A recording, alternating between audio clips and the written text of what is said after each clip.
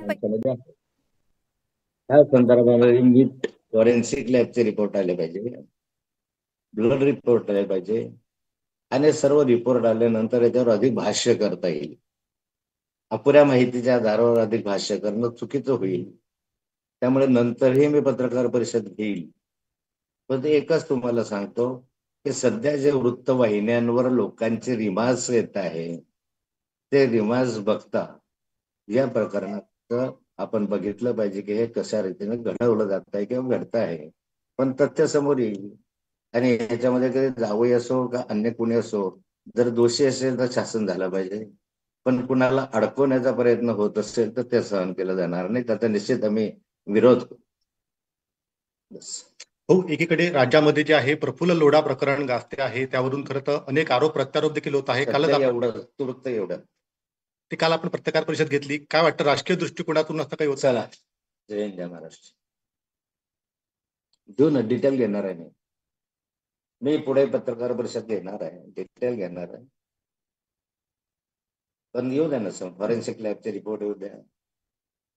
संजय राऊत म्हणताय कुठे तुम्ही सरकारवर टीका करताय, त्यामुळे कुठेतरी हे अडकवण्याचा प्रयत्न या ठिकाणी करण्यात आला. जनतेच्या ज्या भावना आहेत त्या तुम्ही ऐकतात मीडियाच्या द्वारे, वृत्तपत्रांच्या द्वारे. मला याच्यावर अधिक काही भाष्य करायचं नाहीये.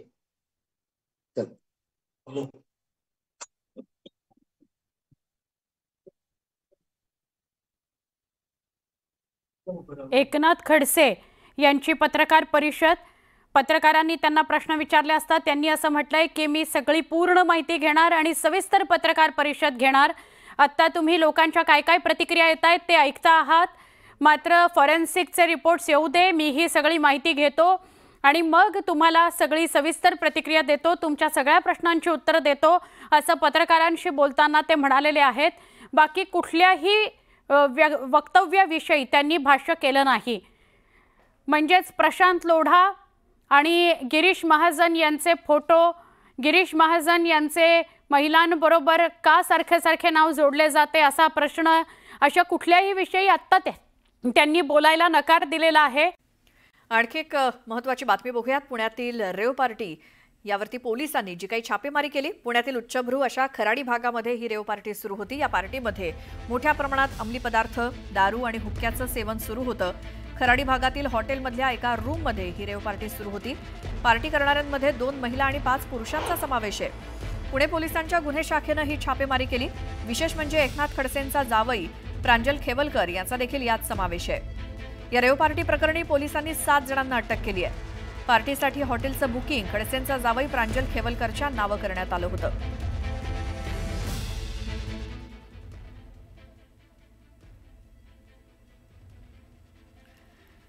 हे 7 आरोपी आपल्याला दिसत आहेत दृश्यामध्ये. 7ही जणांना आता अटक करण्यात आलेली आहे गुन्हे शाखेकडनं. त्यामध्ये पांढऱ्या रंगाच्या शर्टामध्ये आपल्याला एकनाथ खडसे यांचा जावई दिसतोय. नेमकं काय काय घडलं हा सगळा घटनाक्रम आपण बघूयात. पुण्याच्या उच्चभ्रू अशा खराडी भागामध्ये रेव पार्टी सुरू होती. या रेव पार्टीवर पोलिसांनी छापा टाकला. या पार्टी दरम्यान एकूण 2 महिला आणि 5 पुरुष होते. या 7ही जणांना पोलिसांनी ताब्यात घेतलं. या 7 जणांमध्ये एकनाथ खडसे यांचा जावई प्रांजल खेवलकर याचा देखील समावेश आहे. छापेमारीमध्ये पोलिसांना कोकेन, गांजा, दारू सोबतच हुक्का देखील सापडला. टेस्टिंग किटनं तपासणी केल्यानंतर ते कोकेनच असल्याचं स्पष्ट झालंय. हॉटेलमधली रूम ही प्रांजल खेवलकरच्या नावानंच बुक करण्यात आली होती हे देखील स्पष्ट झालंय. प्रत्यक्ष ज्यावेळेला ही धाड पडली, पोलिसांचं एक मोठं पथक तिथं जाऊन धडकलं आणि यावेळेला हे 7 जण त्या हॉटेलच्या बुक केलेल्या रूममध्ये सापडले. पुण्याच्या उच्चभ्रू अशा खराडी भागामध्ये रेव पार्टी सुरू होती. यामध्ये रोहिणी खडसे यांचे पती आणि एकनाथ खडसे यांचे जावई हे देखील तिथं सापडलेत, ज्यांना अटक झाली आहे. एकूण 7 जणांना गुन्हे शाखेनं अटक केली आहे. आता या हॉटेलच्या रूमसोबतच प्रांजल खेवलकरचा जे घर आहे हडपसर भागात, तिथे देखील छापेमारी पोलिसांनी सुरू केलेली आहे. मधला व्हिडिओ हा आपण एक्सक्लुझिव्ह बघतोय, ज्यावेळेला पोलिसांनी या आरोपींना ताब्यात घेतलेलं होतं त्यावेळची ही दृश्य. रेव पार्टी प्रकरणी 7 जणांना गुन्हे शाखेनं अटक केली. पोलिसांचं एक मोठं पथक या हॉटेलमधल्या रूमवरती जाऊन धडकलं, जिथे 7 जण पार्टी करत होते. कोकेन, दारू, हुक्का या सगळ्या गोष्टी पोलिसांना तिथं सापडल्या. रेव पार्टी प्रकरणी 7 जणांना पोलिसांनी अटक केली आहे. त्यांना आता गुन्हे शाखेच्या पोलीस स्टेशनमध्ये आणण्यात आलंय आणि प्रत्यक्ष धाड ज्यावेळी पडली त्यावेळेचा एक व्हिडिओ, आरोपींना ताब्यात घेतानाचा हा व्हिडिओ आणि हे सगळे आरोपी पोलीस स्टेशनमध्ये आणले असता 7ही जण आपल्याला स्पष्टपणे दिसत आहेत. 2 महिला आणि 5 पुरुष. तर गुन्हे शाखेनं हाऊस पार्टीवरती केलेल्या छापेमारीचा सुपर एक्सक्लुझिव्ह व्हिडिओ न्यूज 18 लोकमतच्या हाती आलाय. पोलिसांना कोकेन, गांजा आणि दारूसोबतच हुक्का सुद्धा आढळला. टेस्टिंग किटनं तपासणी केल्यानंतर ते कोकेनच असल्याचं स्पष्ट झालंय. त्यामुळे ही रेव पार्टी होती यावरती शिक्कामोर्तब झालंय आणि जी रूम बुक केली होती ती प्रांजल खेवलकर या नावानं केलेली होती. त्यामुळे प्रांजल खेवलकर एकनाथ खडसेंचा जावई, रोहिणी खडसेंचा पती, त्यामुळे त्यांचा देखील त्यामध्ये समावेश आहे हे आता स्पष्टपणे दिसतंय. हा व्हिडिओ जो सुपर एक्सक्लुझिव्ह न्यूज 18 लोकमतच्या हाती लागलाय, आपल्याला दिसतंय या रूममध्ये पार्टी सुरू होती. या सगळ्या गोष्टी तिथे ठेवलेल्या आहेत. पोलिसांचं पथक तिथं धाड टाकतंय आणि हे 7 जण आरोपी आणि पोलिसांचं पथक असे सगळेजण या रूममध्ये आपल्याला दिसत आहेत. पोलिसांनी 7 जणांना अटक केली आणि ते साहित्य देखील जप्त केलंय. तर या रेव पार्टी आयोजित केलेल्या हॉटेलचे बुकिंगचे डिटेल्स सुद्धा न्यूज 18 लोकमतच्या हाती लागलेत. या हॉटेलमधील सूट डॉक्टर प्रांजल खेवलकर याच्याच नावानं बुक होता हे देखील समोर आलंय. याचे हे डिटेल्स, कागदपत्र समोर आली आहेत. रूम नंबर तिथं दिसतोय आणि केलेलं पेमेंट आणि नाव कोणाचं, तर प्रांजल खेवलकर म्हणजेच एकनाथ खडसेंचं जावई. याच हॉटेलचे रूमचे बुकिंग डिटेल्स सुद्धा न्यूज 18 लोकमतच्या हाती लागलेत. तर खडसेंचा जावई प्रांजल खेवलकर याच्या घरावर सुद्धा पुणे पोलिसांनी छापा मारलाय. हडपसर या भागामध्ये प्रांजल खेवलकरचं घर आहे. तिथे टाकलेल्या छाप्यात लॅपटॉप आणि हार्ड डिस्क पोलिसांनी जप्त केली आहे. हडपसर इथल्या प्रांजलच्या घरावरती पोलिसांनी छापा टाकला. हॉटेलमध्ये या सगळ्या गोष्टी आढळल्यानंतर पुणे पोलिसांनी त्याच्या घरावर सुद्धा छापा टाकलाय आणि तिथला लॅपटॉप आणि हार्ड डिस्क पोलिसांनी जप्त केली आहे.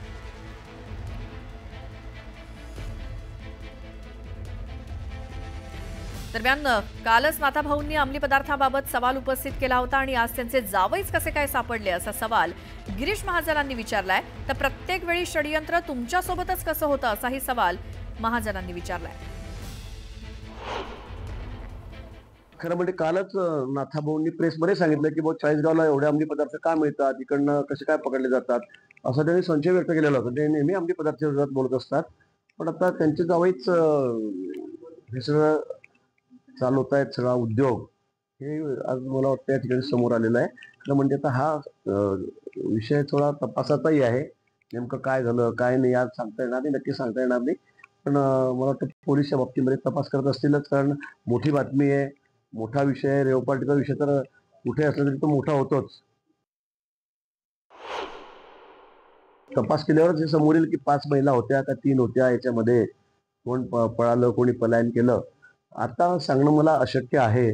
पण पार्टी सुरू होती घेतला आपण सांगता आहात आणि असे सगळे अनावश्यक पदार्थ म्हणजे तिथे सगळे अंमली पदार्थ असतील, हुक्क्याचा बार लावलेला होता, दारूच्या बाटल्या सापडलेल्या आहेत, अजून काही गोष्टी त्या ठिकाणी सापडलेल्या आहेत. मला वाटतं की तपासाचा हा भाग आहे. तपासात तिथे काय मग त्यांनी यांना अलर्ट करायचं होतं ना जावई बापूंना. त्यांनी त्यांना सांगायचं होतं की बाबा थोडंसं असं सांभाळा, असं काय असं होण्याची शक्यता आहे. मला वाटतं या गोष्टीला कुठे अर्थ नाहीये. जे झालंय ते आपण मान्य केलं पाहिजे आणि ठीक आहे, तपासाचा भाग आहे हा. कोणी चूक केली असेल तर तिच्या गळ्यात पडेल. मला असं वाटतं की नेहमी असंच बोलणं की काही झालं की यांनी केलं, काही झालं की त्यांनी केलं, काही झालं की हे षडयंत्र आहे. मला वाटतं प्रत्येक वेळेला असं षडयंत्र आपल्याशी कसं काय होतंय, असं नाहीये. आणि म्हणून मला वाटतं की काय जे असेल ते समोर येईल. त्याच्यामध्ये काय काय त्या ठिकाणी काय काय जप्त केलंय, काय नाही, मग कोणी आयोजन केलंय, काय हे. आजकाल तर यंत्रणा सगळी इतकी सतर्क असते, म्हणजे इतकं अपडेट झालं की फोन नुसता घेतला तर त्याच्यात आपल्याला कळतं कोण कोणाशी बोलत नाही. 7-8 लोकांचे जर फोन जर तपासले तर कोणी कोणाला निरोप दिला, कोणी कोणाला बोलवलं, हे सगळं त्यात कळेल ना. आपण असं आधीच कोणावर तरी आक्षेप घ्यायचा, जसं की जावयांना कडेवर घेतलं आणि त्यांना कुठेतरी नेऊन ठेवलं की ते असं कसं काय कोणी म्हणू शकतो. उभाण रचलं जात आहे त्यांच्या शब्दात. आता तुम्हीच बघा काय कुभांड आहे काय, तर मला तर काही माहिती, कारण मी बोललो तर कोणाला त्यांना अजून असं वाटेल की बाबा एक मुद्दाम चाललंय की काय. पण आता जावायला कसं होतं की लहान मुलं नाही ना, की त्याला उचलून घेऊन गेलं रात्री 3 वाजता 4 वाजता.